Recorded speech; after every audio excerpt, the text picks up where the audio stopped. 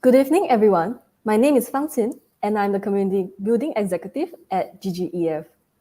Welcome to Day 2 of the SDG Open Hack Singapore Innovation Bootcamp. To those who are joining us for the first time today, we hope that today's session will be one that enriches you and imparts valuable knowledge that will help you in SDG Open Hack Singapore. To those who were here yesterday, we hope to enrich your learning journey further with this session's new topics. Tonight, you'll get to hear experts' insights on topics such as concepts to solutions, challenge shaping, pitching, and effective communication. The best part? We have also invited two of last year's hack winners here today to share with us their hack experience. So let's now start the night by highlighting the range of challenges to SDG 15, Life on Land. From preserving species diversity, forests, and natural resources, to preventing toxic waste and pollution. This means there is a multitude of possible technology solutions out there. And a key hurdle is selecting which of these are not just niche, nice-to-haves, like a recycling app, but are practical, effective, and scalable, such as regenerative agriculture or biodiversity monitoring. Presented by Miranda Carr, Executive Director of ESG Editorial and Applied Research, MSCI Incorporated. This segment, themed Concept to Solutions, explores the methodological approach to bring a concept to a practical solution that answers the most pressing biodiversity issues through the use of green technology. Miranda, please. Great, thank you very much, and very, very good to be joining you, and very pleased that MSCI can be involved in this hackathon. I think it's a really exciting opportunity to see some of the innovative solutions that we can provide to some of the key challenges on SDGs. And I'll be talking through how we can maybe turn some of those key challenges for the UN SDGs, which are trying to tackle, and how they can actually get into the solutions. So thank you very much. I'm going to switch my camera off, but I'll be talking through the solutions. So in terms of, we look into MSCI we do a lot of ESG and climate. We're one of the largest ESG and climate data metrics and ratings providers. And so we look at how companies are tackling SDGs, whether in terms of providing a technology solution, whether any of their revenues are aligned, or whether they have sort of patents or any sort of interesting solutions to some of the key challenges on both the sort of SDGs in total for all 17 SDGs, but particularly on things like climate and biodiversity, which are obviously key challenges. But the problem is there's actually very, very few companies which actually have solutions. If you look into the entire APAC universe with the MSCI covers, then there's only about 14 or 15 companies that can actually be said to be tackling biodiversity solutions in terms of life on land or life on water, life underwater, and even on the SDGs in total. There's some companies that are tackling the problems, but actually it's the solutions which are potentially the most interesting and potentially the most scalable.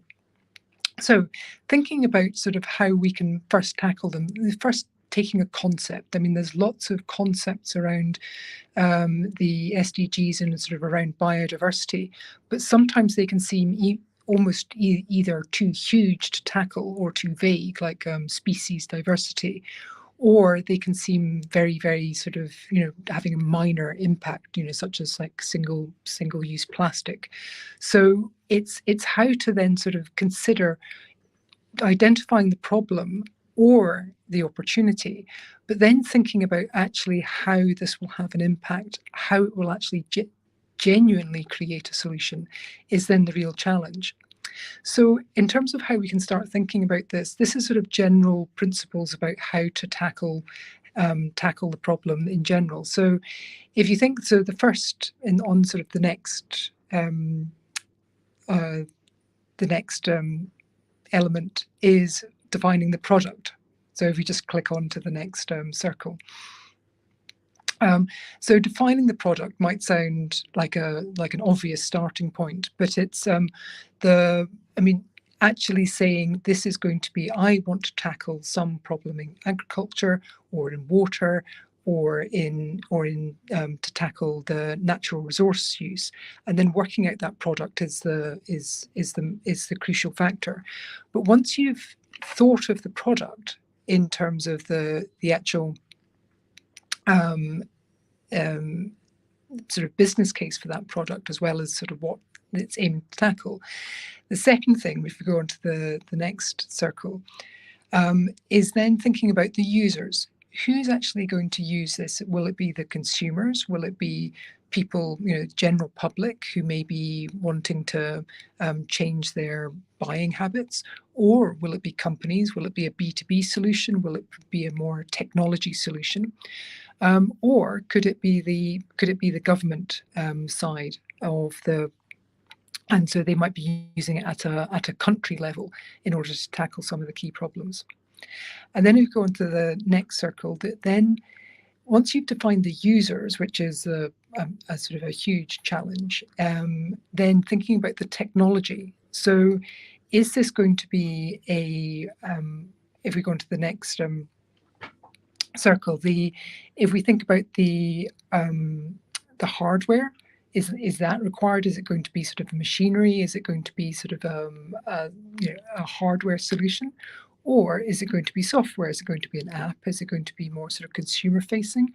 Or is it going to be some sort of mapping software or some other sort of elements where you can sort of basically deliver online? So if we go on to the next slide, once you've determined sort of the technology and then the users, a core element you have to think about is who are the people who are going to be involved in this? I mean, do they actually need, do you actually need people who are skilled? Do you just need lots of people to develop it and sort of, and actually maybe if you're using data, do you need lots of people to input data, collect data? Or do you need really advanced sort of programmers and sort of technology? And who can you get in order to actually make this product real in terms of delivering? And are those people actually available? So then if we go on to so we've got the technology, then the people, and then things like the skills that you have to have. And this isn't not just in terms of the skills, in terms of the people skills in terms of developing it, but also, do you need to buy in advanced technology? Are you able to buy this off the shelf? Do you have to develop your own? And also, once you've developed the product, do you actually then have to do education and train up the people who are going to use it? I mean, particularly for some of the sort of industrial and B2B users, maybe it's not obvious that you need to be able to then train the users in terms of sort of how that product is actually going to be used. And then once you've got the sort of people, skills, and then we can then move on to the distribution side of the business, which is, so if you have something which is on the consumer side, are you going to sell that direct to the consumer? Is it going to be online? Or are you going to distribute it to businesses? I mean, for some of the agricultural technologies, you're perhaps going to be wanting to talk to farmers. You're going to be wanting to talk to, it's going to be quite a hands-on, potentially distribution channel, where you're actually going to have to talk to people and go and site visits, and it's going to be a sort of an education process. Or is it going to be just sort of distributed through retail or through standard sales distribution channels? In which case it's a much easier process. So thinking about how the product actually can be delivered to whether it's the consumers or the companies is a crucial factor in determining success. And then getting on to the sort of last two elements to think about in terms of how to turn that concept into reality is then, and this is a crucial element for the sort of biodiversity, tackling biodiversity is how scalable that business is. So, or how scalable that product is, because it's all very well thinking, okay, I can have maybe an organic food product which will help solve some of the biodiversity challenges. But if that's then just sitting in the corner of a unit in cold storage, and it's not having a huge impact, it's going to be a sort of a nice to have. It's not necessarily solving the problem at a sort of root and branch level. So is that scalable? Can it go international? Is it regional? Is there a limited number of users? So thinking about sort of biodiversity as a total solution, rather than just maybe a sort of niche nice to haves, is also a key element in determining how well it answers the impact that you want to have on the SDGs. And then a final bit, which is the more in sort of terms of sort of business plan, is does it generate revenue? There's plenty of products and solutions out there which are fantastic ideas, but if it costs $50,000 to produce, and there's only 10 users, then you're going to have to charge them an awful lot of money in order to make that product scalable. So the sort of whether the revenue, you have sufficient number of users, sufficient scalability, sufficient distribution, and then we'll be able to generate revenues to cover the cost of that product, is then obviously the crucial factor of whether that can become a long-term success story.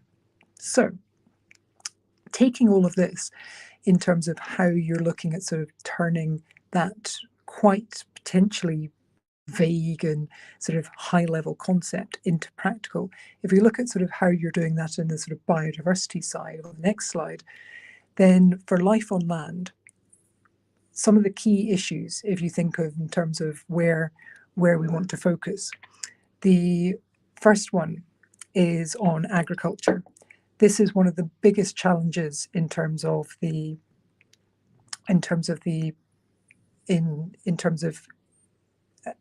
tackling biodiversity, because in terms of things like the monoculture, preventing disease if there is monoculture, and trying to promote species diversity in what can be a very intensive farming.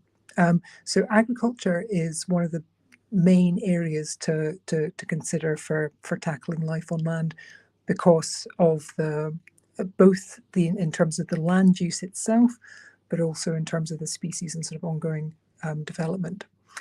The next one is on the deforestation, and this is such a big issue in this region where you have constant tension between trying to protect forests and the farming. So people need food, they need to develop more farming output, but at the same time there needs to be protection of forests and the biodiversity sinks which are in this region. So a really big challenge, and not many easy solutions. So I'd be really interested to see if people can come up with one here. The third one is pollution, and so this is where you're actually getting the destruction of biodiversity, whether it's chemical spills or industrial waste coming out, but it can also be on the utility side, and so this is much more sort of on the industrial rather than consumer side, but it crosses the entire value chain. But it's also where a lot of solutions can be developed, possibly slightly technical, but it's where you're seeing a lot of the solutions coming through from the companies themselves.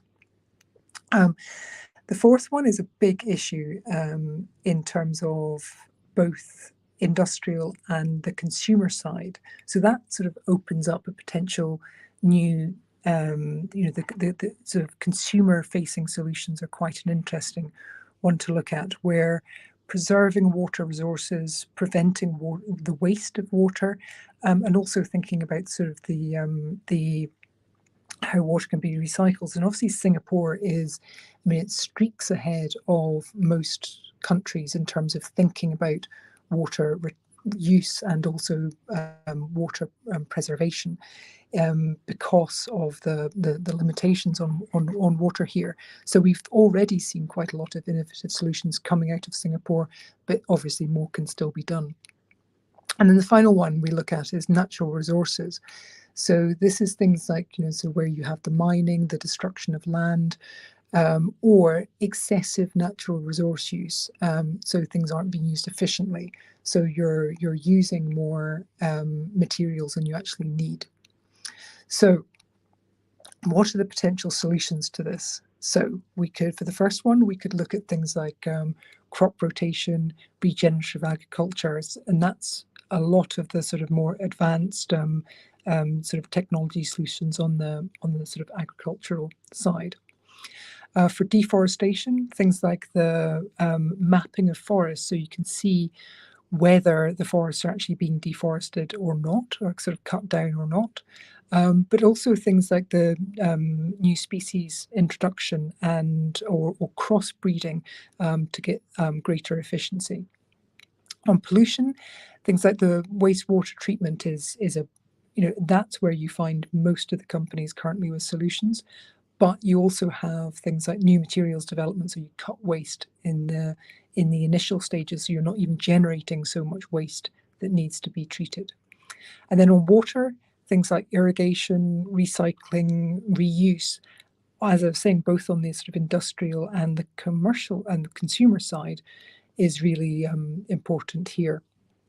And then finally, sort of on the natural resource, there's some interesting new companies coming out with sort of things like new mining techniques. So you're not actually doing things like the open cast mining, which can be incredibly destructive to biodiversity and also natural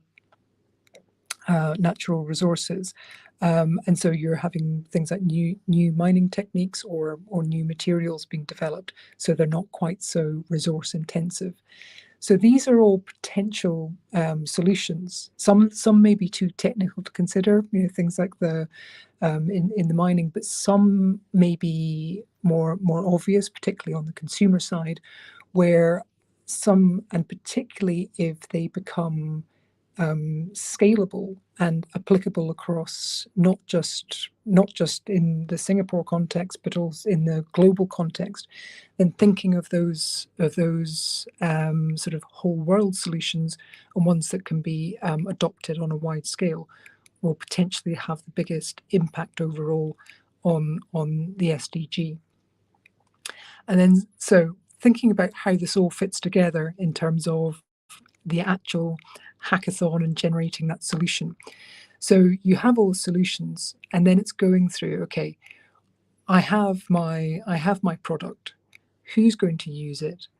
What technology do I have to either adopt or develop in order for the product to work? How scalable is it? What skills do I need both at an internal and external audience? And then also sort of where it's going to be distributed to, who are the sort of, how are the end users going to get hold of this? And then finally the, sort of the revenue and the people that are involved in this. So this is all part of thinking, not just the concept, but the practicalities of bringing that product to market and also making sure it's a long-term and scalable solution.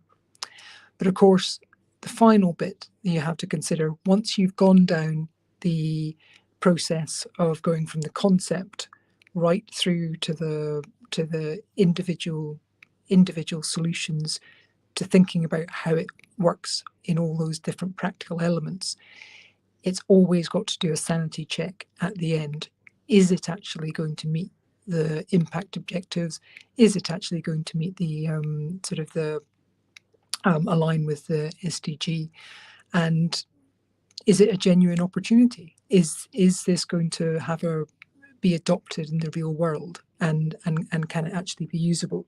And so that reality check, that sense check right at the end, where you're thinking, no, I've got this amazing idea, but it has to then go back to the original concept. So in some ways it's a circular process, but that should make sure that you have both an effective and a practical solution to tackle biodiversity. So thank you very much. I'll stop there, and if there's any more questions on, what companies that we see in our universe where they've been tackling these issues already, or if you have any questions on the process, happy to answer. Well, thank you, Miranda. That was a really nice sharing. I'm sure all the participants learned a lot about the ways that we can tackle the challenges to SDG 15. And hopefully, we'll see some of these solutions be inspired by today's session during the hackathon itself. So we have a few questions. First up, how can we generate more interest from companies or startups to see it as a business opportunity in terms of tackling SDG 15? Well, the crucial element to that is obviously trying to work out, so once you've got the solution, where are the revenues going to come from in terms of your defining your end user and what the take up of that product is going to be by the end user. So that process gives you a whole range of different answers. And I think it's particularly interesting at the moment now because you do have quite a different, whereas previously a lot of it would just be concentrated on sort of the growth opportunities, and you do have quite a lot of opportunities in life on land in terms of sort of species generation, the sort of agricultural development, and also in some of the sort of water treatment. So if you're providing solutions to existing problems, then you're likely to get a sort of people will understand the business opportunity that you have. But there's also different things to consider aligned with the changes that are happening on climate change. So whereas previously things like the carbon offsets and the use of forests and the growing of forests would previously not be factored into many people's business plans. Now that you have a carbon tax for companies, which is a crucial factor to consider, so there's actually a cost now for every single company which is subject to a carbon tax for every carbon emission that they have. So in order to offset that, they may be wanting to invest in forest regeneration or in other sort of carbon offset programs, or in businesses which are in the sort of clean technology space. So it's not just a case of whether the product itself will generate revenues, but you can also consider the business case around, is it helping other companies offset their carbon emissions, or is it going to deliver some kind of sort of carbon offset which can be sold into the market. And that's changing a lot of the business dynamics behind how people think about biodiversity and land use, and particularly around sort of the forest side. And it is changing. I mean, I'm originally from Scotland, and we're now getting people buying huge tracts of land in Scotland because you can get that carbon offset. So it's changing land use. It's changing the way that people are monetizing some of these biodiversity impacts. So that's definitely something to think of in the hackathon. Oh, thank you so much. I really like that perspective a lot, bringing in the whole carbon market as an incentive for businesses to invest in these solutions. So our next question is a three-part question, so it's a little long, bear with me. So innovating solutions for biological diversity usually requires a deep understanding of the local natural ecosystem, and also at times involving the local communities as well. So do you think in this hack, which is localized in Singapore, we will see solutions that are local to the Singapore's biodiversity context, or would you encourage participants to ideate for other biodiversity contexts? And if so, how can they go about doing it? Well, Yes, I mean, I think in terms of, you always need sort of, particularly for any of the solutions around sort of the land use, then whether that's through mining, whether it's agriculture, the community relations and sort of how that affects the local community can be such a crucial factor in determining the success or otherwise of that product, or that development. And so yes, you need to sort of consider the local community. And I think if you're providing a sort of targeted solution which can be very effective for a single country, where you've looked in depth at the community impact, then I think that can be a very effective solution.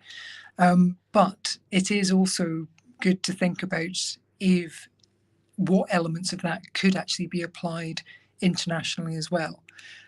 Because obviously there's unique factors in Singapore, but there's a lot of common ground as well in terms of how people think about the land use, sort of some of the sort of regeneration of the land, and that applies in a lot of densely populated cities, and also where you have sort of scarce land use, or it can be in terms of things like the sort of recycling and reuse capabilities.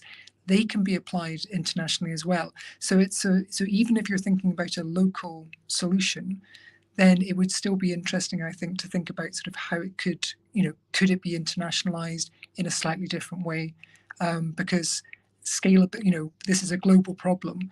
It's not just a country specific problem. So I'd possibly think about sort of conceptually about sort of how it could be globalized as well. Right. Thank you for that. Thank you so much. So I'm afraid that's all the time we have for the questions for today. And thank you once again, Miranda, for your time tonight. We'll have to proceed to the next segment. The next segment will present the best methodological practices, challenges, and also concrete steps to define and build an open innovation challenge. For this, I would like to invite Thomas Mylat, the president of Open Geneva, to deliver his message on this segment. Thomas, please. Hello, everyone. Thanks for having me today. I'm really proud to be with you. And again, as said, I'm a faculty at University of Geneva, but I'm also president of Open Geneva. And for a long time, we've been trying to think how we can make hackathons as efficient as possible. And one key aspect that is going to determine the success of a hackathon or a challenge is actually to design the challenge the proper way. And so because we are in the bootcamp and it's in preparation of the hackathon, I think the idea is to really deliver with you some insights of what we learn in the process of designing these SDG open hackathons for greater good. And please ask questions in the comments, or we will have a lot of time for discussion afterwards. I'm very happy to take any question. I really hope you will like it, and let me just share my screen so we can get started. Okay, this is the presentation slide with my affiliation. I want to start with an example. Very often when we think of a challenge that we want to solve, it's sometimes not so concrete. It can be with data, it can be with just being a concept or something we think of. I think this example shows a hackathon that we really like in Geneva. It's called Hacker Health, and which was born out of Open Geneva. Now it's an independent association. What you can see on this picture is a young girl who is highly disabled, and she has a problem with her hands. And in this hackathon, they are actually taking care of the problems of disabled people. And they is actually a bunch of engineers and designers. And what they invented is a way of developing some kind of compassionate innovation.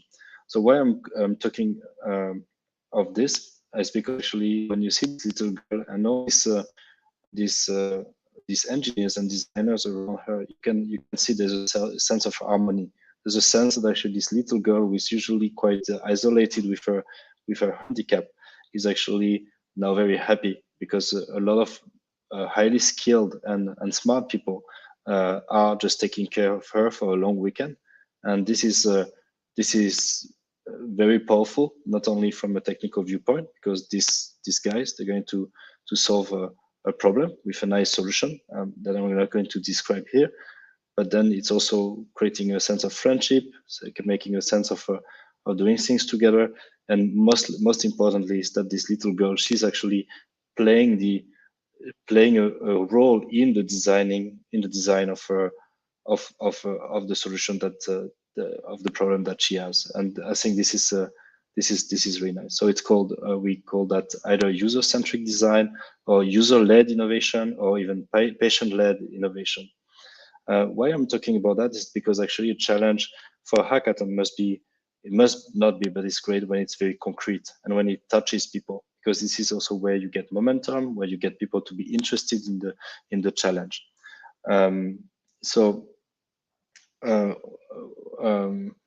I think one question that when we think of a hackathon is actually, first, a hackathon is a moment where actually people are going to share, they're going to take from collective intelligence being actually having people with different backgrounds, either cultural or expertise background, to be together around the table to solve a problem. And actually not all problems can be solved or can be solved efficiently with collective intelligence. So we thought a bit about what is a good challenge, a good problem to solve. First, you can have, and this is the counterexample, you can have concrete problem, but where you know actually that you already know what is the solution space. So you know very narrowly that actually the problem is quite narrow, that you have to solve it, and you have to put sheer energy in actually solving the problem. It's essentially a technical problem because the problem is well defined. And this is typically something that's not going to work very well in a hackathon. I think the hackathons, they're really good to actually solve or address problems that are very concrete with a broad resolution possibilities, broad solution space, that need various skills, that need to have these various skills of people with different culture to look at the problem from a different perspective. And these challenges are very often ambiguous. They can be wicked problems. They can be some problems that are actually related to technology, economics, social science, environmental science, and so on and so forth. And the reason why I'm just pointing out these fields is actually, if you consider the sustainable development goals or problems related to sustainable development, they're almost all very ambiguous or very intricate in the sense that actually, when you try to solve an economic problem related to development or an education problem, actually it can relate to the health of the people, it can relate to the environment, and so on and so forth. So this is first thing. Hackathons, challenges for hackathons, the more open they are, the more they actually can piggyback on the creativity and the different perspectives of the people in the group, the better it is. And then they need also to be concrete. They need to be, there must be an immediate use case for bootstrapping. The reason is that actually, if you have a problem that is too abstract and that doesn't talk to people, then the goal of the hackathon being to deliver a concrete solution in 24 hours is going to be very hard to fulfill. So when you shape the challenge, you have to acknowledge that it's going to be, again, very large in terms of solution space. So you have to say that actually the people who are going to join the challenge, they are going to have to think really out of the box and do that collectively. But then you have to say, well, in the end, it's about helping for this very concrete problem, for this little girl, for this person, for this topic or this problem in sustainable finance or whatever. And the fact that you can actually frame people's mind into a concrete problem is going to actually foster more enthusiasm, more supporters. And then the point is actually social acceptability is required. So actually, when openness, using open innovation hackathons, is actually really good for fostering social acceptability. So you need, when you have cultural diversity, when you have collective intelligence, actually you have kind of an assurance that when a solution comes out of the challenge, that is going to be more socially acceptable, than if it's only engineers in a closed R&D department that are actually designing a new technology. So you see.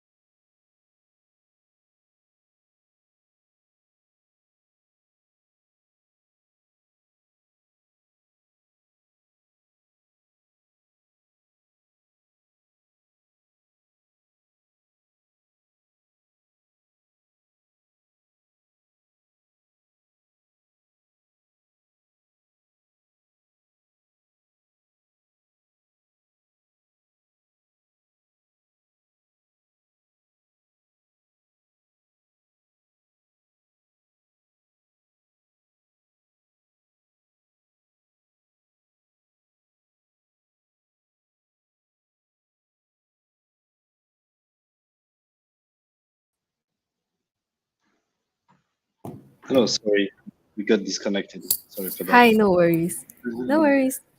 Let me share my. Yeah. Thank you so much. Sorry, everyone. We had a technical issue just now, so we will proceed right now. Yeah, my apologies. I'm in Paris, and Wi-Fi it's French Wi-Fi. Just goes on holiday sometimes. So so just now the 5 steps to build an open innovation challenge.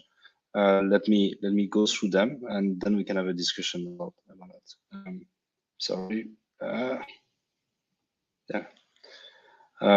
So first, again, very concrete. You have to identify concrete problems that call for practical solutions. I'm not sure if I can just going.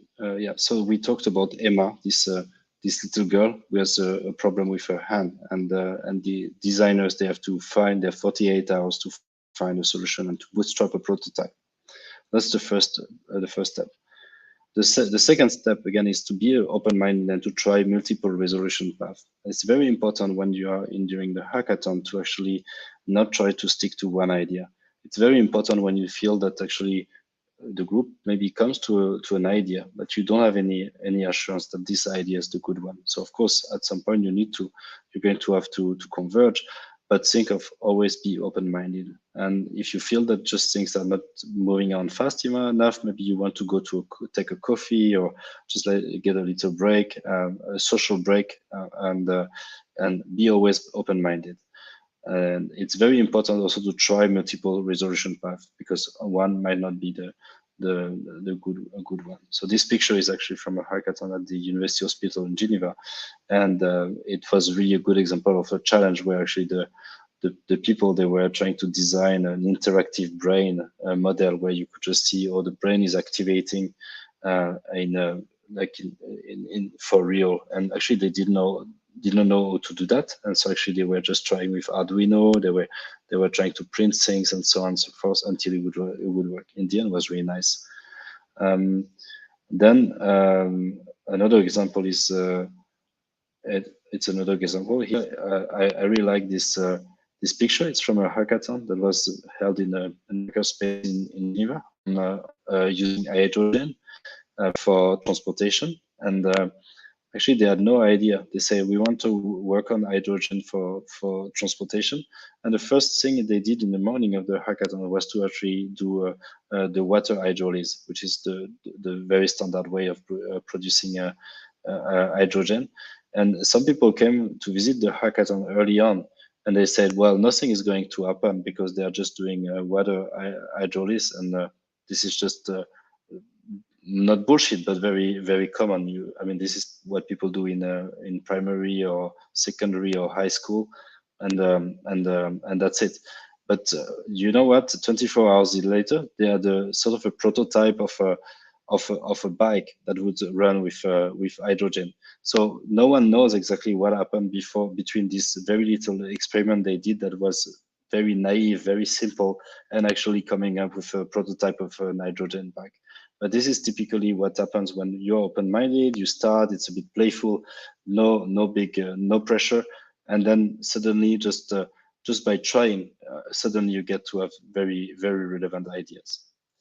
Then for the third point is you want to identify, when you prepare the challenge, to identify a few key people who are fully engaged in the challenge. So in the case for SDG Open Hack Singapore, probably the teams are already formed, but it's very important what in the future, if you participate as a challenge owner in a hackathon, that you think of also pitching your challenge. I mean, this is not obvious that people are going to be with you to actually try to solve a challenge with you. And so it's very important to show why it is important, why they should actually relate to it, why they should be emotionally attached to it.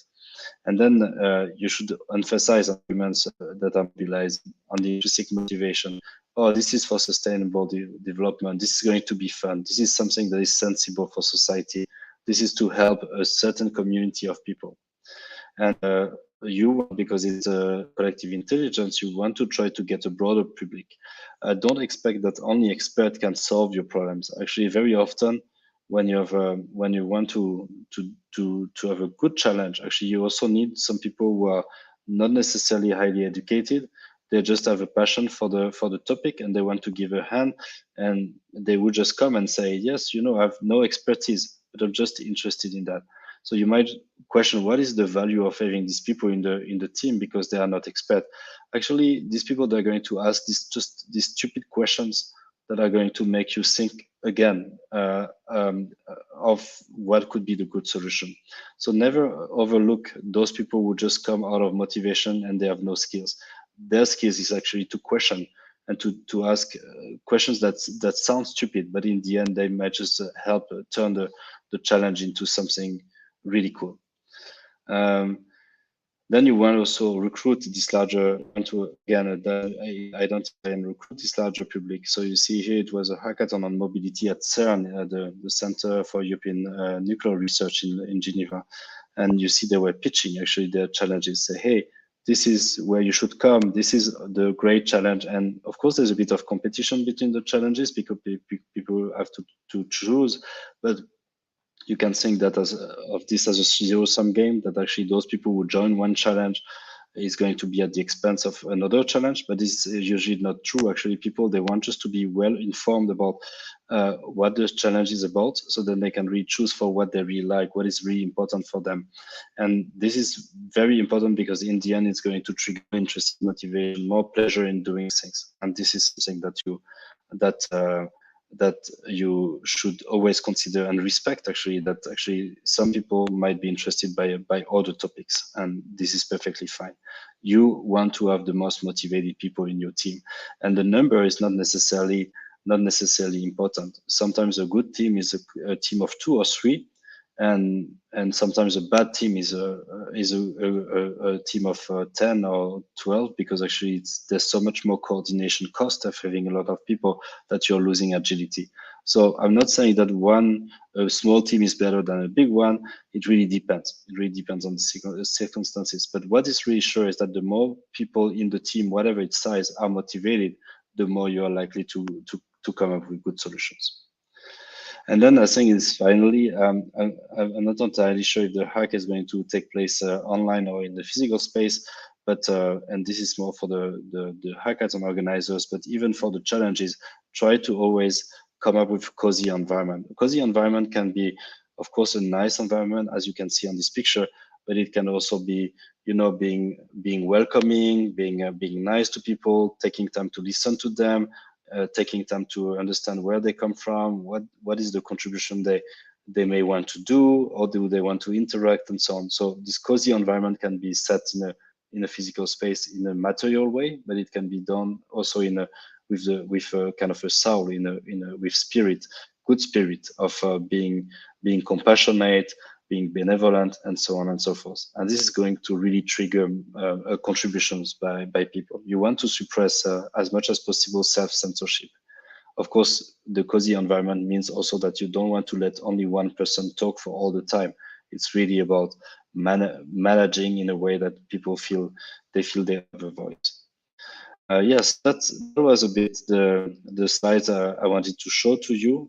As you could see, it was a lot of pictures, because I think the goal is really for you to get this visual impression of what it means to actually build an environment that goes well for a challenge. Thank you, Thomas, for sharing your insights.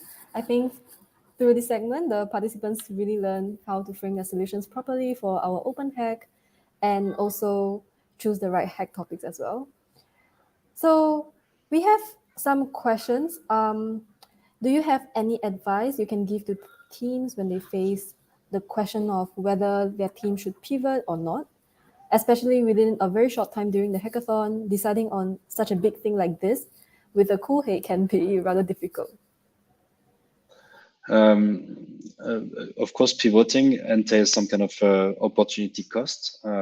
One thing you might want to do when you are in the team is that actually, if there's it depends on the size of the team, but if the size of the team is big enough, you can actually have a sub team of maybe 1 or 2 people. Just go for exploring a bit more the opportunity of pivoting. And sometimes we talk about a lot of pivoting. This is really something that is a customary in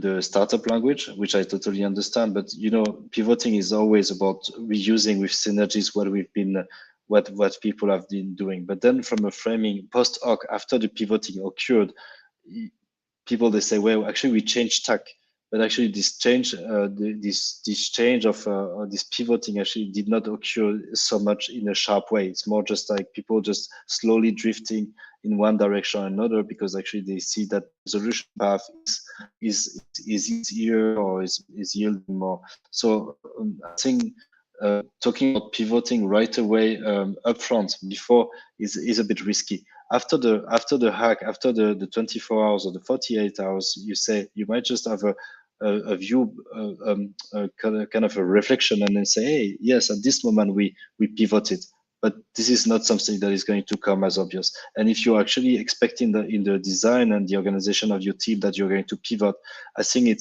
can be risky.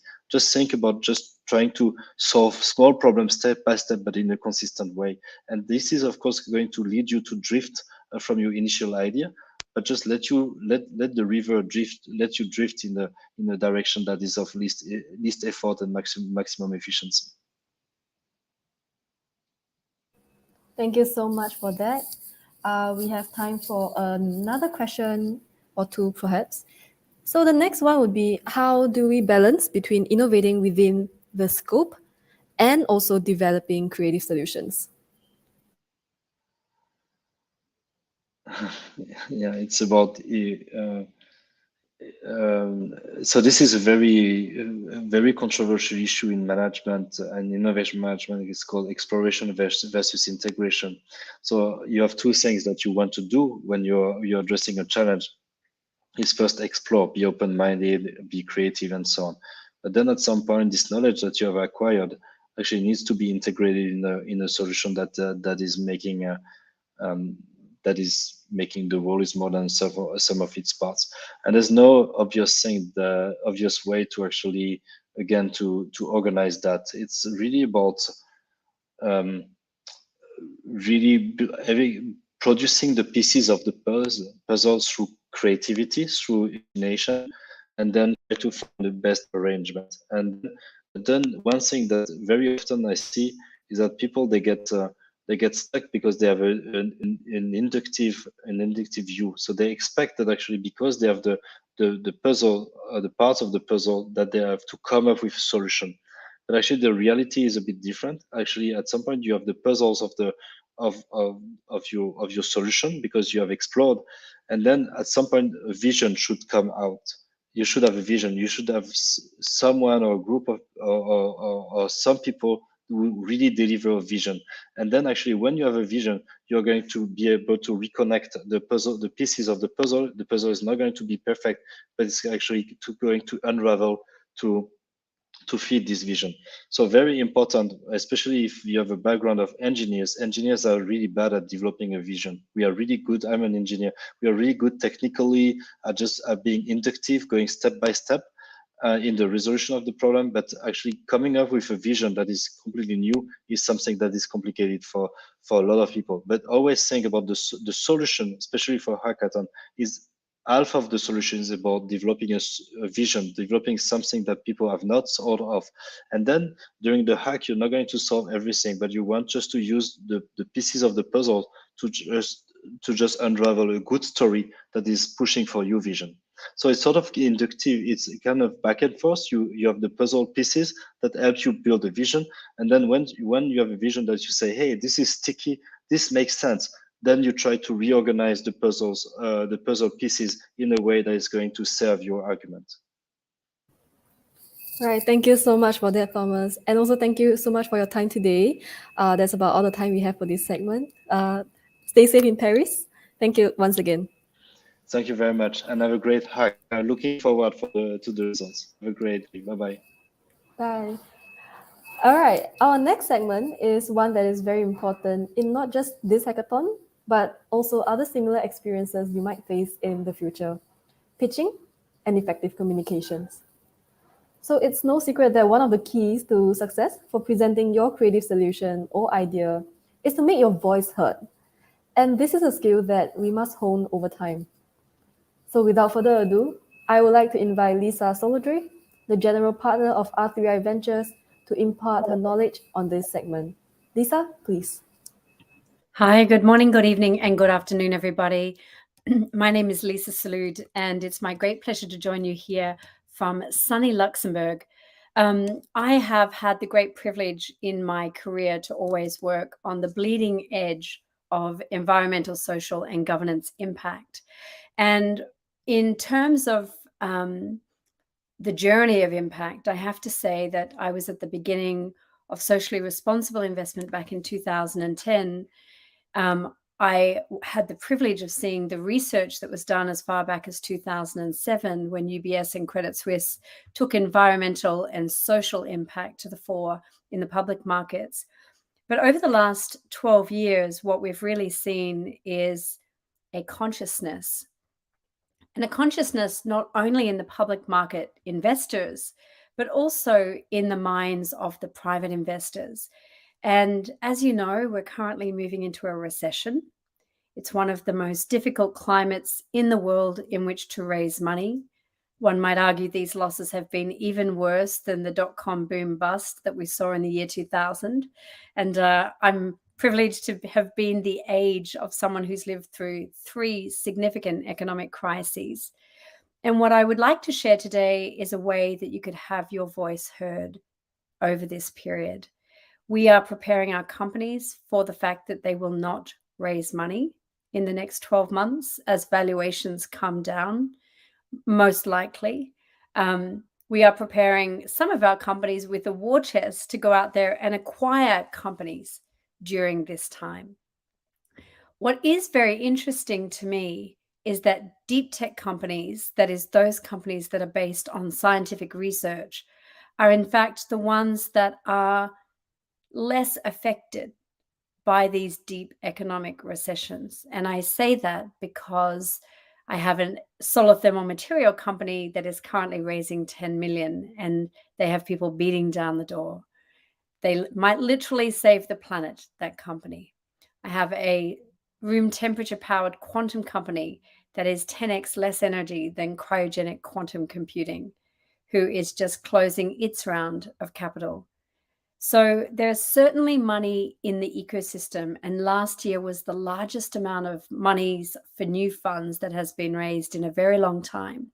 So there is a lot of dry powder on the market. But I would like to help you walk through the mind of an impact investor. And I want to start with a very basic fundamental first. Whatever it is you're inventing must solve a pain for enough people that it is of a market size large enough for you to get significant traction, and that you as a company, a financial going concern, have the ability to return my fund. And let me tell you why I say that.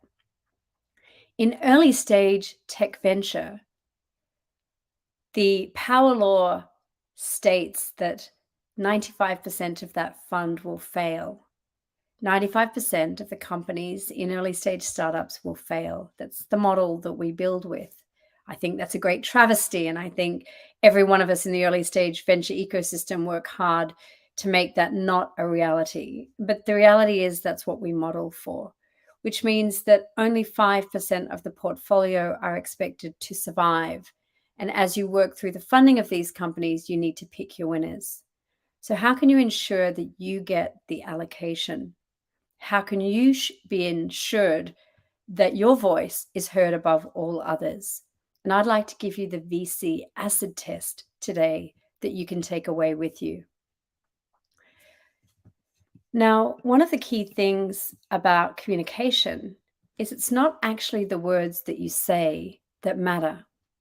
It's actually how people listen to the words that you say. And as you go from country to country, culture to culture, those listening cues will change. I'll give you an example, and I'll just give you the Australia versus Singaporean example, which I'm probably sure you're all very familiar with. When an Australian walks in the room, generally they're listening to a cue for light social talk. How's the weather? How was that football game? Very informal. We then begin to set the scene for the meeting. And what we're listening for here are the cues as to what are the objectives of this meeting and what do we hope to achieve. In the meeting, there might be some level of decision-making that needs to take place in the mind of your Australian stakeholder. And so we will expect to have some level of negotiation. And we believe that negotiation is achieved through open conflict in dialogue so that we can come to some level of consensus in an open fashion that ultimately allows us to reach a turning point that we can walk away with a decision and execute. Very pragmatic. And at the end of that meeting, which usually would go for 1 hour, you'll then have an opportunity to talk again about the weather or the football, something that builds that personal relationship as you're leaving. We all know that power distances are very different in Singapore. And in fact, in that first meeting, you might never have the opportunity to come to a decision point. Rather, it's an opportunity to get to know who you are as a person, to get to understand what you stand for, to get to understand the problem that you're solving. And I could almost guarantee with 99% specificity that you're unlikely to get a decision from anybody on anything before you leave that room. No one is waiting or listening for those social cues because we're not necessarily here only to talk about business. We're here to get to know who you are as a person. Whereas Australians are very transactional in that spirit. And so what I want you to think about is a venture capitalist now. We've moved past the culture and we're now going to, you're the person pitching and I'm the VC. I'm listening for some very specific cues. Remember, I'm looking to understand how is this business commercially sustainable? I come with the intention to invest because I am allocated capital from my limited partners that I must deploy within a specific period of time. And for us, we're raising $20 million to invest in 60 seed stage startups that will be deployed through our accelerators. So we have a very specific mandate. They are global startups. They must have a product link to the SDGs. They must have a tangible environmental, social, and governance measurement. And they must be willing to integrate ESG into the effective measurement and monitoring of their company. Not everybody is willing to do that, right? Starting a startup is hard. And for many, that adds another complexity. But the thing that we're really looking for here is we're looking for the intentionality. Why are you the person who needs to solve this problem? And how are you linked to that SDG impact that you're looking to achieve? Let me share a story with you. In 2018, I helped to launch a company, a healthcare robot as a service company in Shanghai. We went live with Ping An and with AXA to 210 million Shanghainese in China. I was very deeply, personally excited about that company because as an expat living abroad, I had had the great disprivilege of not getting home in time for two of my loved ones who passed away.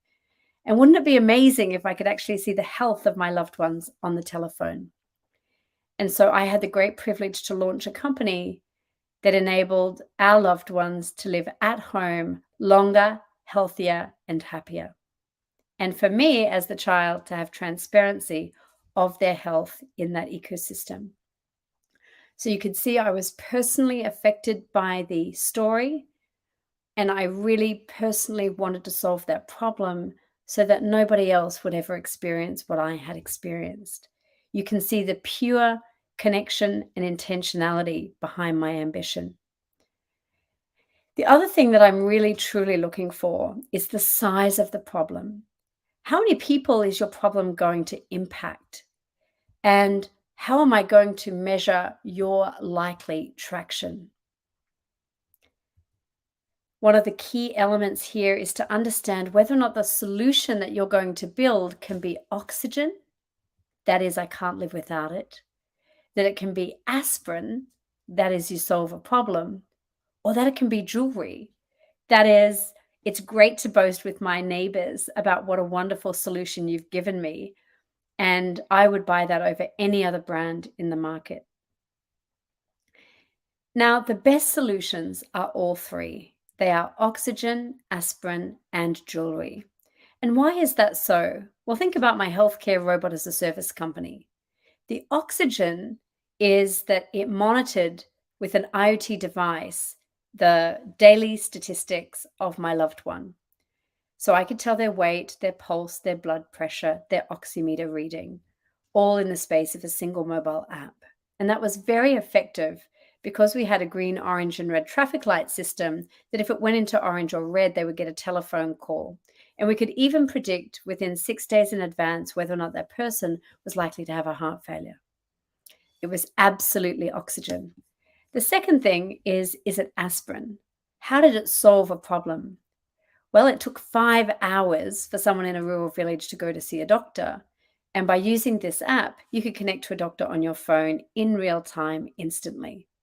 And many times you would get a proactive call because you're in the orange and red zone. So you didn't even have to call the doctor would call you. It solves 5 hours of travel for someone who's not feeling particularly well. And it is an aspirin. But it was also jewelry because there was this gorgeous little robot that sat on your benchtop that allowed you to video conference with your loved ones and to connect to other people in that social network. So remember, the age of our elderlies, 4 in every 10 people by 2030 will be over the age of 65. They live 7 years of their life unhealthy at the end. This is an opportunity for them to live healthier, happier, and longer at home. And of course, 60% of our elderlies live alone. This is a fantastic opportunity to reconnect them into the community. So you can see that particular solution that I was building, if I was to articulate it to you, that solution was oxygen, aspirin, and jewelry. And that gave me a defensible moat in the local ecosystem against other competitors that existed. The other thing is, remember I said I went live with 210 million elderly Shanghainese? Well, we know that the elderly care market is a huge global challenge, not just one in Shanghai. And so being able to articulate the scale and size of the problem and being able to identify how you're going to get the traction to solve that problem in those segments of the market is fundamental. Remember, I need you to return the fund. And in order to return the fund, you need to have a growth hockey stick of your company. The other key point is I want to see what is your moat. Is there any IP that you're building around this company? Remember, we had an algorithm that could predict heart failure 6 days in advance. That's a pretty amazing IP. What would be the IP or the data set that you could build into your solution that would give you a moat in comparison to your competition? But what I really deeply want to know is about you, the team, not you, the founder, because almost always sole founders are not backed. I really want to understand this team and why this team came together to solve this problem. And I want to know not just that you're an ex-Googler, because that largely is somewhat meaningless. I really want to know why you, and I shared that personal story of my 2 loved ones that had passed away while I was offshore. Why you, and why is this team come together to solve this problem with you? And I can share my team at R3I. We are all strong contributors to the startup ecosystem. And we came together to build R3I because we were tired of seeing vulture capital in the ecosystem. And wonderful technology inventors like yourself get lots of philanthropic funding to get your product invented. But as soon as you went to commercialize it, would have someone give you a $1 million valuation so that they could take the 10% when you'd already had tens of millions of dollars poured into you by foundations and endowments and governments. We saw that as a gross destruction of value, and we wanted to solve that problem for our students. And that's why we forged this company. And we'd worked together in the past. We had a long track record and working experiences. Individually, they with me, but not they with each other. So they came for me, but they stayed for one another. And that's a very, very powerful story when you start to talk about the track record of your team and why this team is backable. And lastly, we're living in an age of great immobility. People have not traveled for a very long time. And so I would encourage you to build that board of advisors around your company who are going to be the true technical experts or health economics experts or industry domain experts or key opinion leaders. Find the people that live in and around your particular market segment that are going to bring instant credibility to your purpose and to your execution. Maybe they're going to open doors for you. Maybe they're going to help you raise money. Maybe these people are the ones that are going to come in and tell you when that's not going to work. What core competencies and skills can they bring to the table to complement the team that you already have? And I want to know who you know, who I know, because that's a great way for us to do that reference checking. At this moment, in this great age of immobility and this difficult economic period, it's going to take at least 3 recommendations by people to even get you into that investment committee. They want to know from people who know you that you're the right founders to back. So think about your network of guanxi and how you can put that into action. So we've talked about many concepts today. We've talked about the problem that you're solving, whether or not it's oxygen, aspirin, and jewelry. We've talked about the market size, whether or not this market size is big enough for you to make a true impact, and what that means in terms of final financial deliverable and final impact deliverable. We talked about your specific personal connection to the problem. Why are you, as the leader of this company, going to get out of bed every day when the time gets hard? Why is your team going to get out of bed for you to help you build this problem solution and to make that impact? We talked about a moat. What is the market access or exit opportunities around this technology or company that is going to make it protectable? If the team fails, we always sell the IP. So find a way that you can create IP for your company, either through the technology itself or through the data set that it might create. And then I also talked about the board of advisors. Who do you know who we know? That really matters a lot in this current moment in time. And I'd now like to focus on a couple of very simple exercises that you can do to really get deep clarity around your impact, measurement, and management. Because remember, I said I'm not cutting you a check unless you show me a number of things. One is that you are a going financial concern from a pure business sustainability perspective. Of course, in the future, not right now, but that you could achieve that potentially in the future. 2 is I want to see that SDG goal that you're linked to and how you are truly going to provide a measurable impact to that particular SDG and why this team is the one to solve that. And I want to show how you're going to monitor that and how we'll be able to report that tangible impact. And I'd also like you to consider who in that particular SDG are the key opinion leaders moving that topic forward. These are really the change makers that are going to put your company on the global stage and help you get there faster. And finally, one of the key things that makes most companies come unstuck is how you not only reward your customers, but also how you reward your team. In the early days, there's never a lot of money. Usually, maybe you've funded it yourself. Maybe this is your life work. This is my life's work. But usually at the beginning, there's never a lot of money. So find ways that you can engage people in the cause such that they are willing to put skin in the game to help you get there faster. Think about the standard board advisory agreements that are also going to help you build a connection with the company. It can't just be faces on a page. There needs to be some level of contractual execution with that party.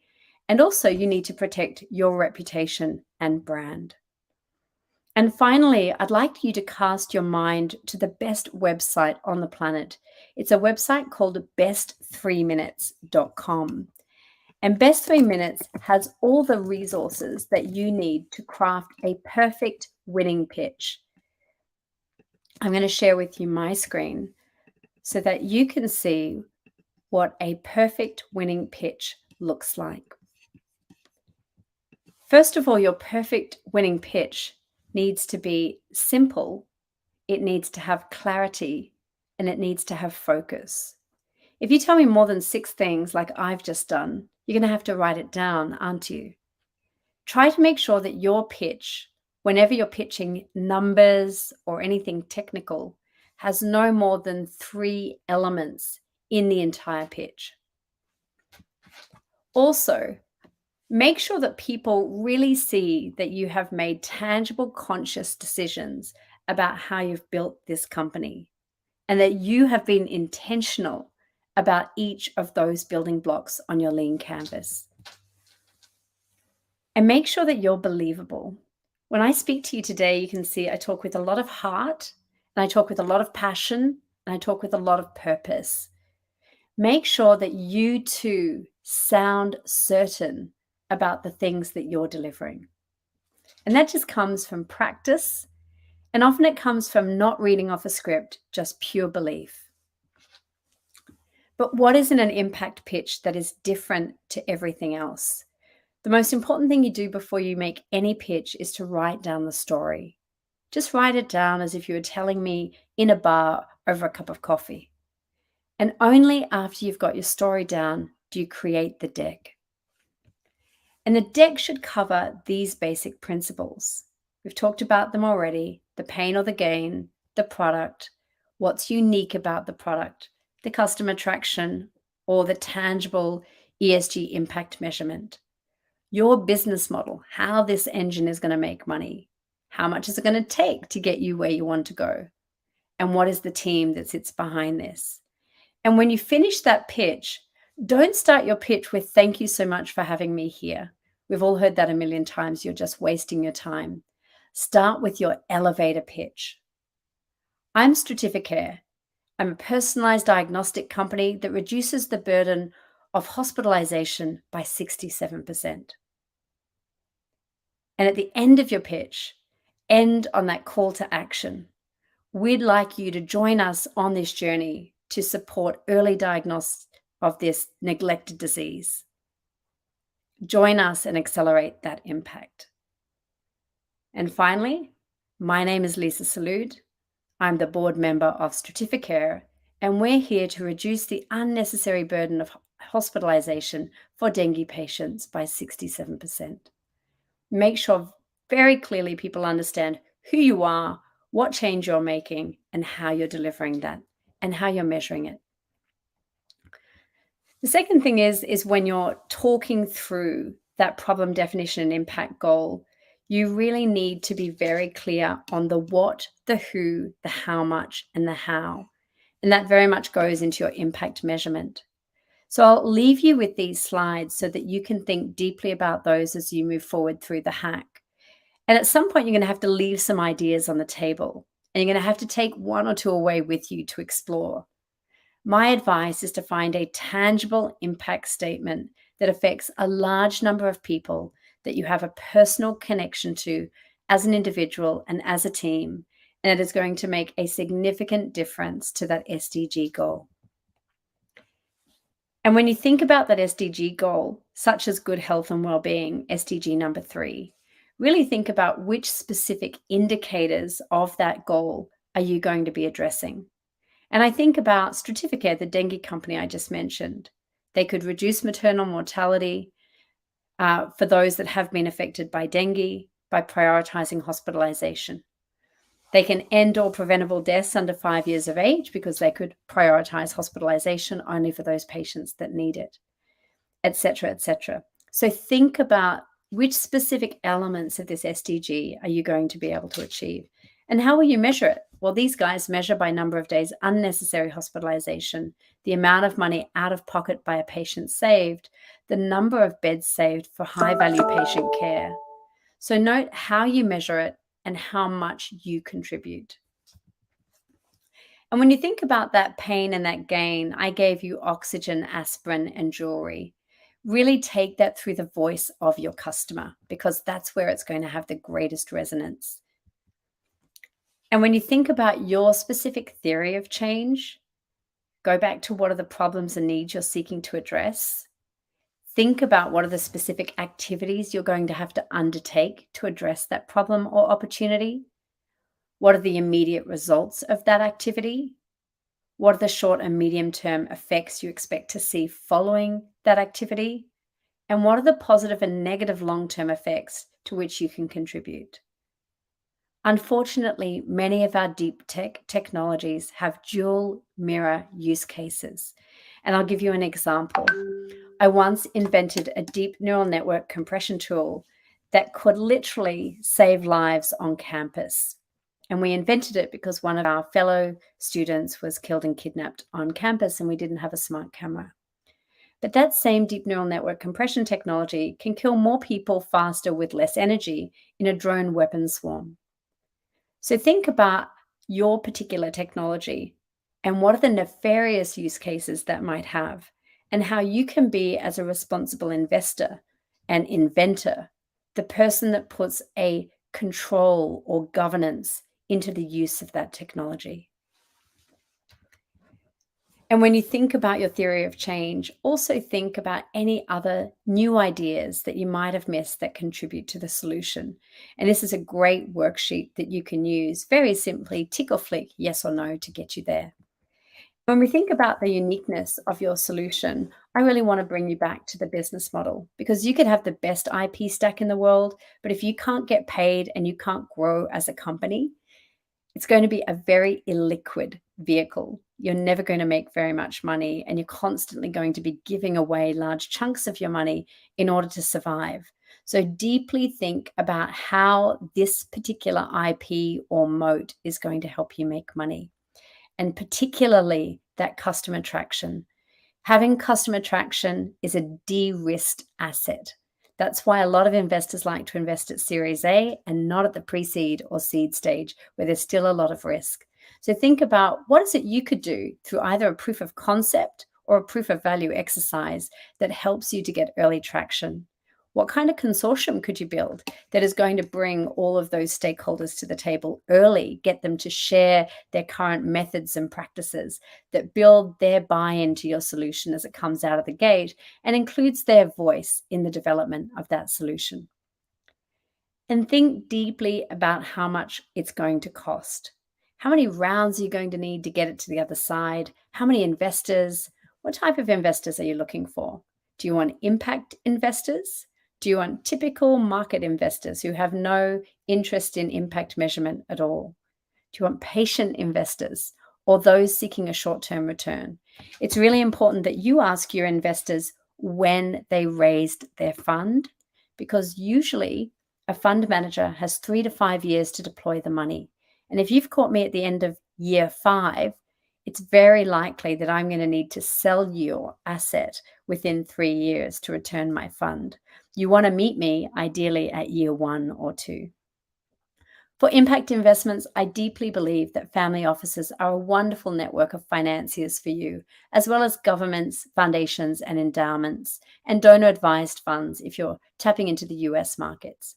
And that's because this is often patient capital, and capital that doesn't necessarily need to get sold in the future. If you're building a long-term sustainable business that is truly going to survive and thrive intergenerationally to deliver its impact, you really deeply need to think about the type of capital you're introducing into your business. Venture capital is not always the answer for everybody.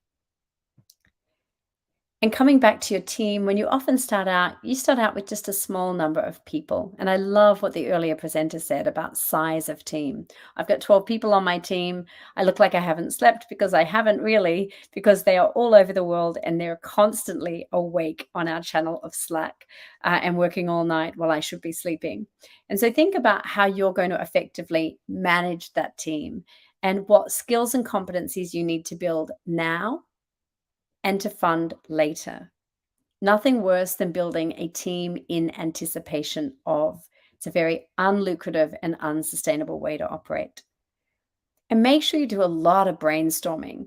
In fact, the best brainstorming is never done together. It's often done remotely and apart, putting all of your ideas into the pot and only finally sitting down together to explore them.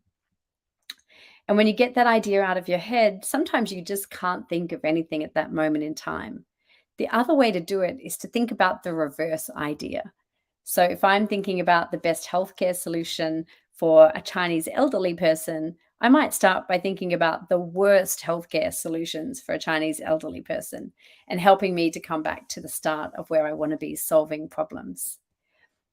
And think about that impact pitch as a summary. What's your pain or problem? What's the size of the problem? And why is your team the right team to solve it? Think about how you're going to solve it. Is it oxygen, aspirin, or joy when you do solve it in that way? What is unique and what is your moat? Think about which SDG impact you're linking to, what your impact is so far, and think about the traction, the key indicators and metrics that you're going to use, and any results that you may have achieved. And what do you expect to achieve in the future? And finally, how are you making that tangible contribution to the SDGs? How do you measure this now and in the future, particularly if you're building data lakes or you need some other critical mass of participants before you get to truly making that contribution? But most of all, when you leave me, make sure you leave me with your why. I deeply and truly want to understand who you are, what you stand for, and why you really are the person that is going to be solving this day in, day out for the future.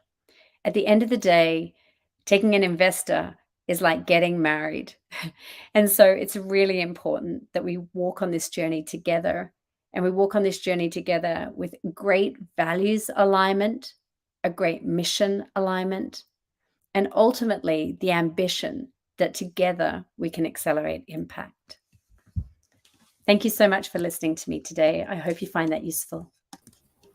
Thank you so much, Lisa. I thought that was such a genuine and such an eloquent sharing. And I know why you're the speaker for the pitching and communication segment. Thank you so much for your sharing. So we'll have time, just a little time for one quick question.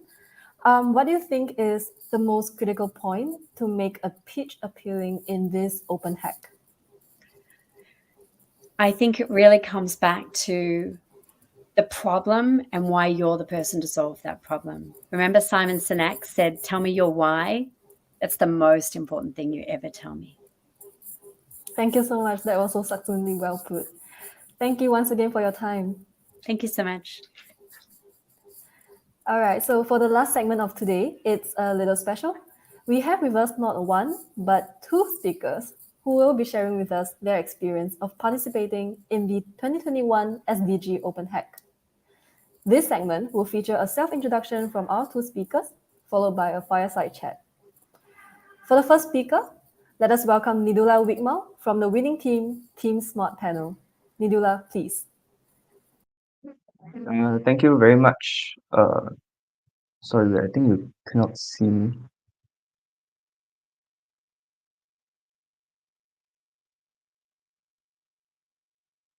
Okay, I can see. All right. Okay, thank you very much, Fang Xin. A very good morning, afternoon, and evening to all the organizers, the participants of this year's SDG Open Hack, SG 2022, and my fellow speakers. My name is Nidula, and I'm a third-year student at Nanyang Technological University, and I'm currently pursuing a degree in mechanical engineering. Right. So during last year's summer break, I took part in SDG Open Hack SG 2021 with three of my friends, namely Raven, Kevin, and Sulaiman.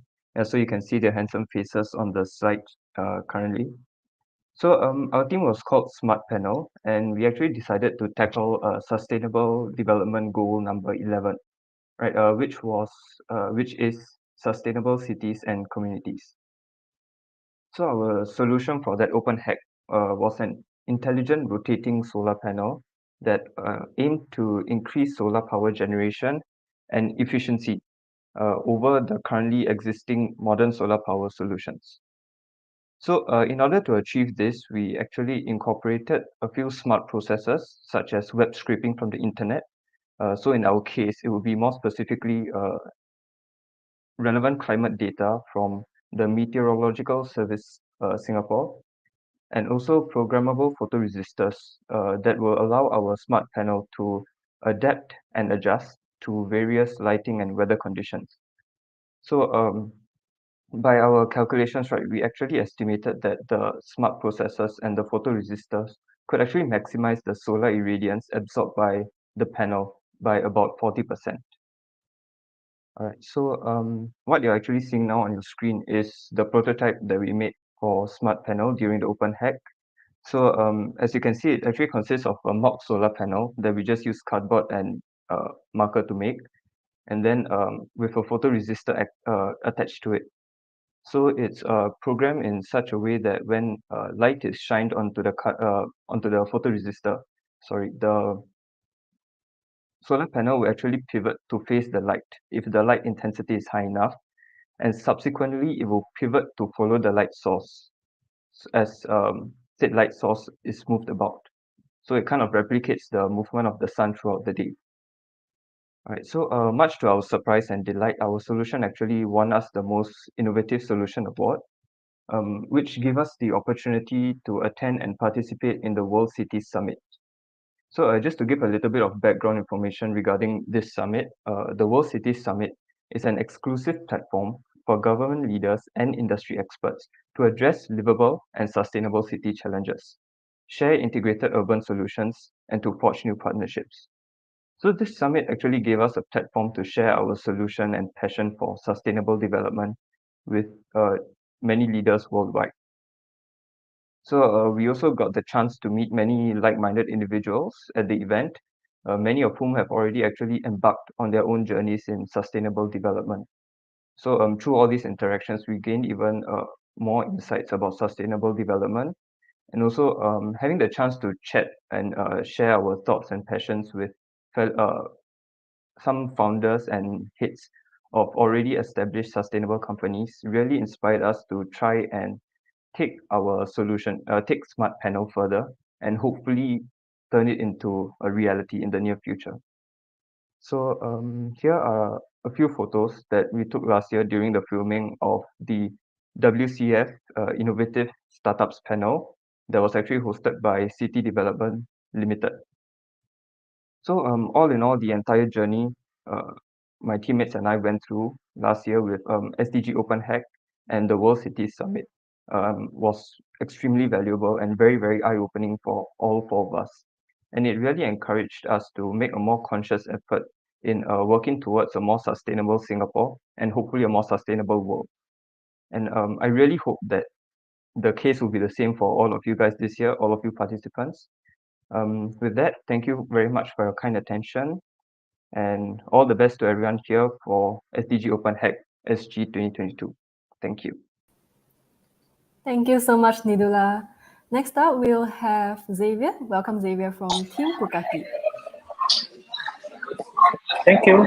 I hope you guys can hear me right now because I'm actually in a cafe joining you guys from Korea. So that explains the mask. So apologies for that. A very good afternoon. Sorry, a very good evening, everyone. I'm Xavier, and I'm also from NUS. I'm in year 3, studying business administration, specializing in innovation and entrepreneurship. So besides being a full-time student, I'm a startup enthusiast. It's involved in a few startups. Frontier Digital Asset Management is one of them, and we specialize in blockchain solution, and it's currently managing 8-digit worth of assets. So if you're into Web3, feel free to connect me on LinkedIn. Now that I'm done with that quick advertisement placement, let me get back to why we are here today. So last year, my team, which consists of Kiran, Kupa, Farhana, Karen, and myself, just like you guys, joined the SDG Open Hack. We called ourselves Pukaki, doing a wordplay by combining the client, then prudential, which to us also signified prudent, and the Singapore lingo kaki, which means buddy, together. Hence our name Pukaki. So Pukaki is essentially an AI-powered virtual care assistant that connects with seniors, guiding them through their including journeys ahead. Whether they are tech savvy or not, Pukaki works just the same, and the seniors go-to companion that offers them a one-stop care service with lifelong coverage in the following areas. So we were truly honored to be part of the winning team of the SDG Open Hack, winning the most impactful and the finalists of the most innovative solution. And as part of winning, our team have received the opportunity to attend the SDG Summer School 2021 that's organized by the University of Geneva to receive intensive mentoring and coaching to help transform our ideas into impactful projects. So the theme of the summer school last year was tackling health challenges set by partner organizations with open source hardware and software solutions. It was truly an insightful experience with participating from all over the world. We have teams from China, Korea, and Geneva itself, just to name a few. And we actually collaborated with the World Health Organization to develop their ongoing project called My Self-Care, as the project was the most related relatively to our idea in the hackathon. So our team was very much driven to ensure that our solution was made accessible to any user, regardless of whether they had smartphone access or not. So here's a quick glimpse of part of the prototype we have developed for WHO. So our solution intends to serve as a one-stop location that compiles WHO non-communicable disease resources into a single interactive platform with easily digestible information. We intended to cater our solution to countries with and without smartphone access. So it also includes elements of gamification to aid in memory retention and health-related information. So I believe my team, even though they're not with me here today, will agree with me that it was an awesome yet fulfilling experience to be able to connect with a global community of civic innovators and had truly enjoyed ourselves as part of the summer school. So I'm looking forward to seeing the solution that this year hackathon will give birth to. Best of luck to everyone. All right, thank you so much for your sharing. So let us welcome Nidula back on screen. This segment will be a fireside chat for us to just understand your perspectives of how it was like for you guys in 2021. So maybe just to share with us, what brought you guys to sign up for the SDG Open Hack in the first place? And were you already familiar with the SDGs before the hack? All right, You I'll want to take that, start Nidula? with my answer. Yeah, sure. I'll Go ahead. answer that question first. So actually, my teammate Kevin was the one who found out about the SDG Open Hack, and he was the one who told us about it. And actually, we decided to sign up for it because one, we were free during that time. right? So we thought that it would be a fun, interesting, and pretty insightful experience for us. And also another thing is that I think all four of us, we like solving problems, right? We are all pursuing engineering careers, so that's kind of like our thing. So growing up, I'm pretty sure all of us have become more and more aware of a lot of problems that the world in general is facing. Right? You have energy shortage, food, inequality, and all these issues. Right? So we thought that, hey, maybe we could try and brainstorm something that could actually do good for the general population. As far as the SDG, the goals go, right, I wasn't exactly very familiar with all 17 of them in detail prior to the hack. So I think I had brief knowledge of a few of them since they've become increasingly common topics of discussion in recent years. So I had a little bit of knowledge here and there, but the SDG Open Hack really exposed me to all 17 of the Sustainable Development Goals quite in depth and in detail.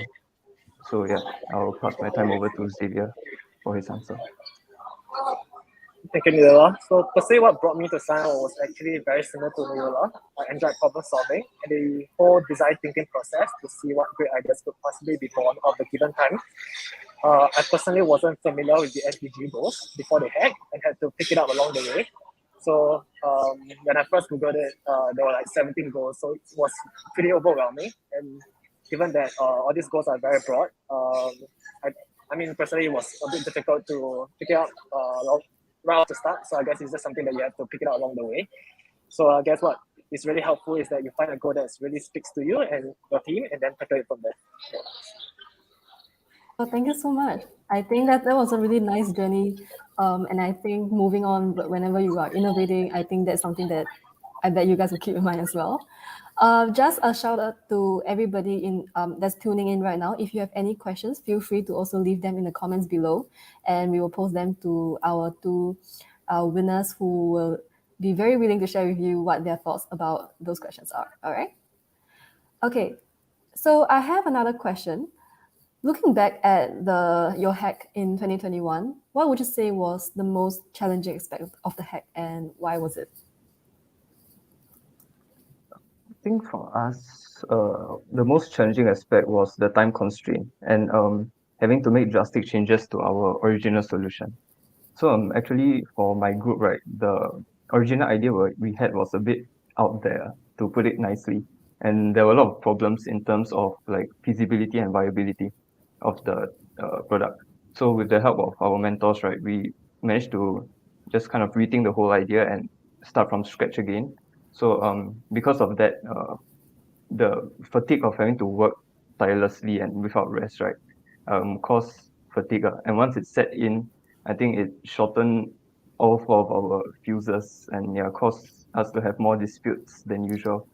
So actually looking back, I think it's a perfectly normal thing because I mean there's no way to avoid fatigue in these kind of situations, right? And if you have to change your solution, if it's not working out, the smart idea is to change course instead of continuing down something that's not going to work out. So but then I think that it would have been more beneficial if we managed to like keep our cool, right, despite feeling tired and distressed, and focus on just finishing our task on time. So yeah, I'll hand over my time to Xavier.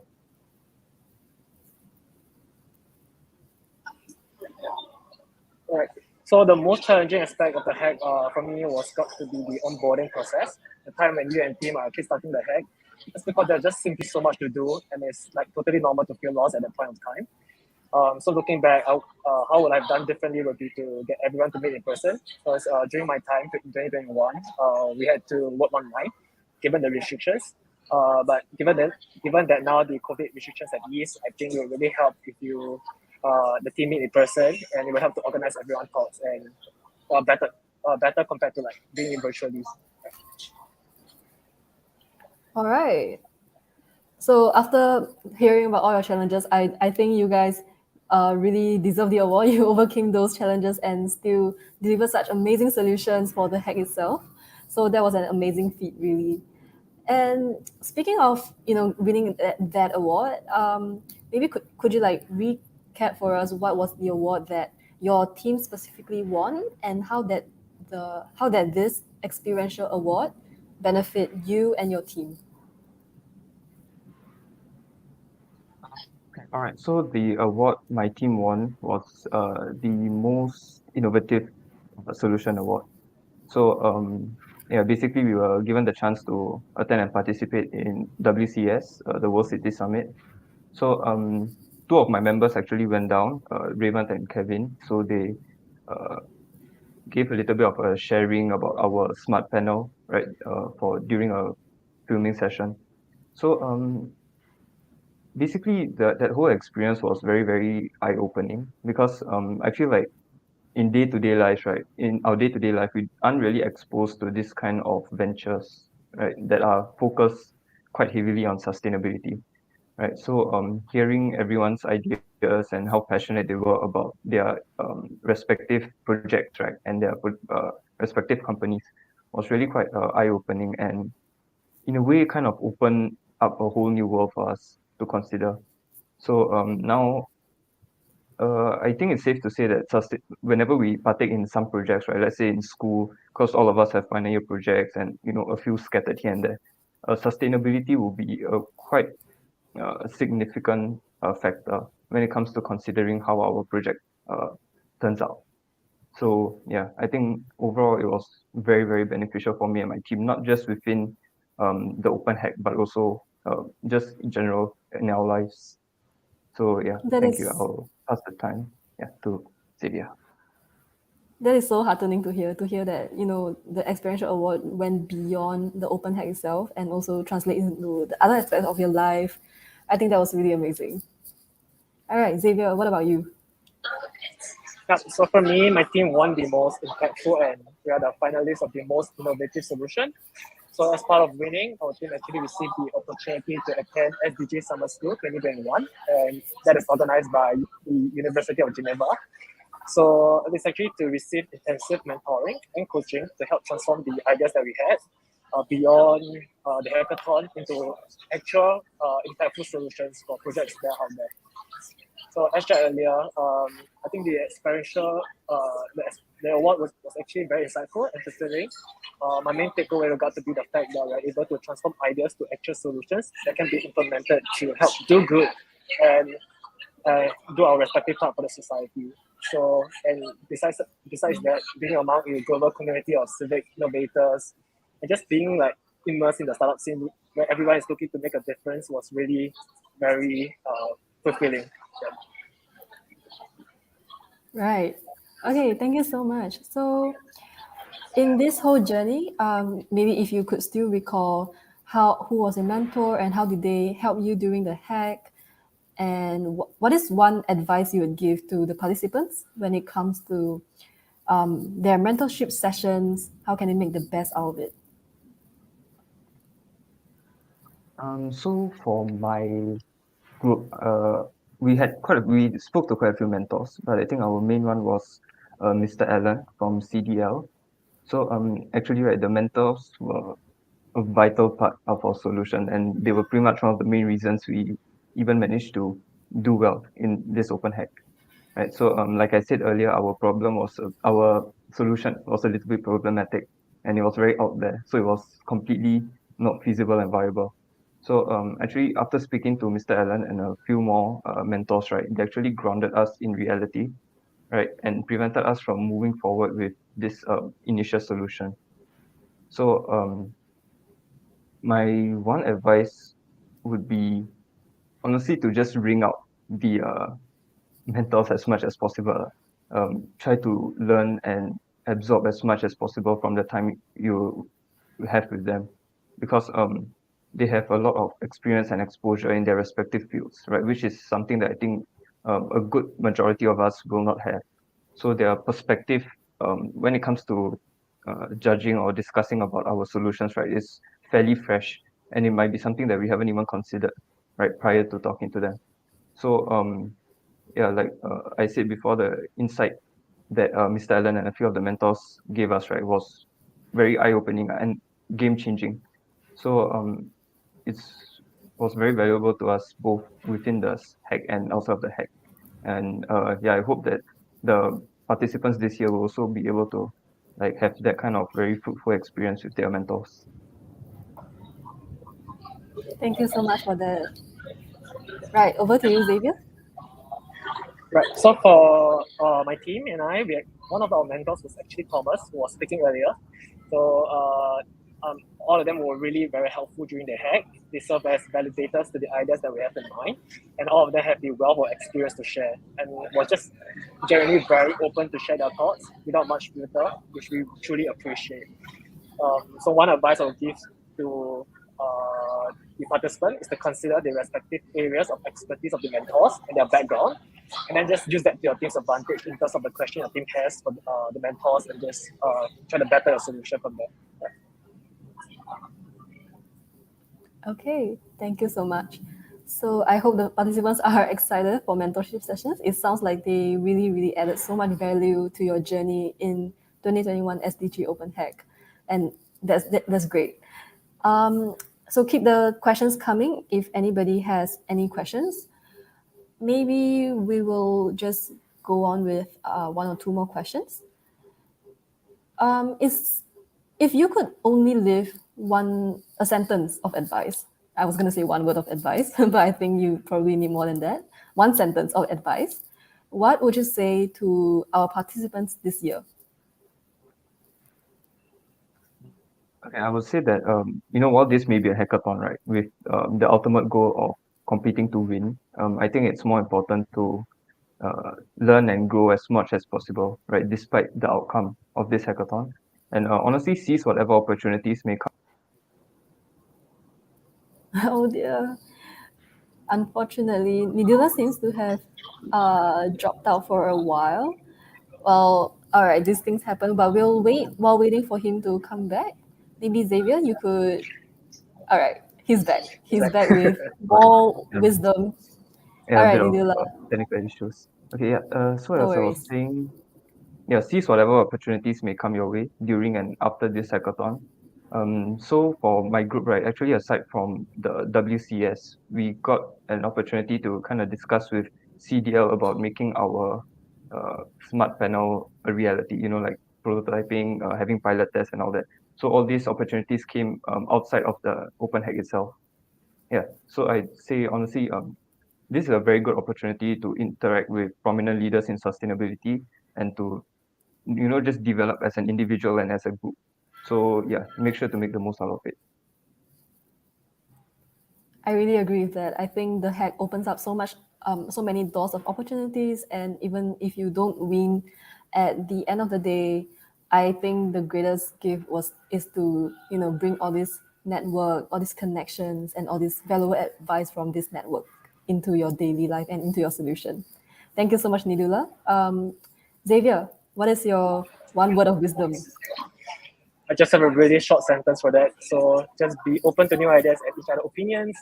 As cliche as it sounds, just have a lot of fun, as much fun as you possibly can with your team. Very important advice, very important reminder. We have so many serious topics today. So if you're listening, remember to have fun, and fun is always part of, an important part of creativity and innovation, right? Okay, so that is about all the time we have for today. Thank you so much for sharing with us your experience, and we thank you for your time. Thank you. All right, thank you for having us. All right. So we have now come to the end of the bootcamp. Thank you everybody for tuning in to the SDG Open Hack Singapore Innovation Bootcamp. And we hope that you have been able to take away some information that will be helpful to you during the hack. So for those of you who have already signed up, we are excited to see you on this Saturday, May 28 at 4 p.m. sharp. Don't forget to initiate your team forming process or look for a project idea you are passionate about on Sparkboard before the open hack starts at May 28, 4 p.m. For those who have yet to apply for the hack, you may still do so at our website. The application closes on 28 May, which is this Saturday, at 12 noon. So be sure to apply today via ggef.com/sdgopenhack. And join us to network with industry experts, meet new friends from different schools, all while solving global challenges, and also have fun, like what our speaker said earlier. So if you're still on the fence, allow me to share a video of the testimonials of last year's Open Hack.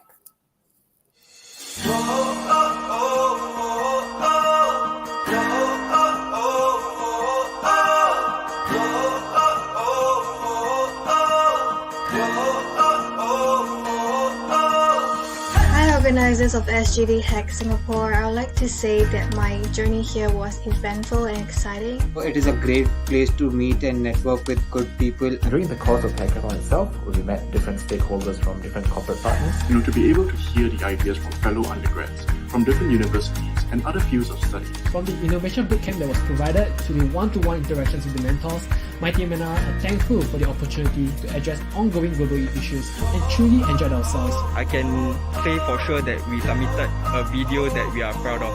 We are happy that we gave our best and capitalized on this opportunity. So thank you to all the mentors for your wisdom and guidance. I would definitely recommend this hackathon to anyone who is interested in climate change, problem solving, and even networking. I think all in all it was a great experience and I would love to join it again.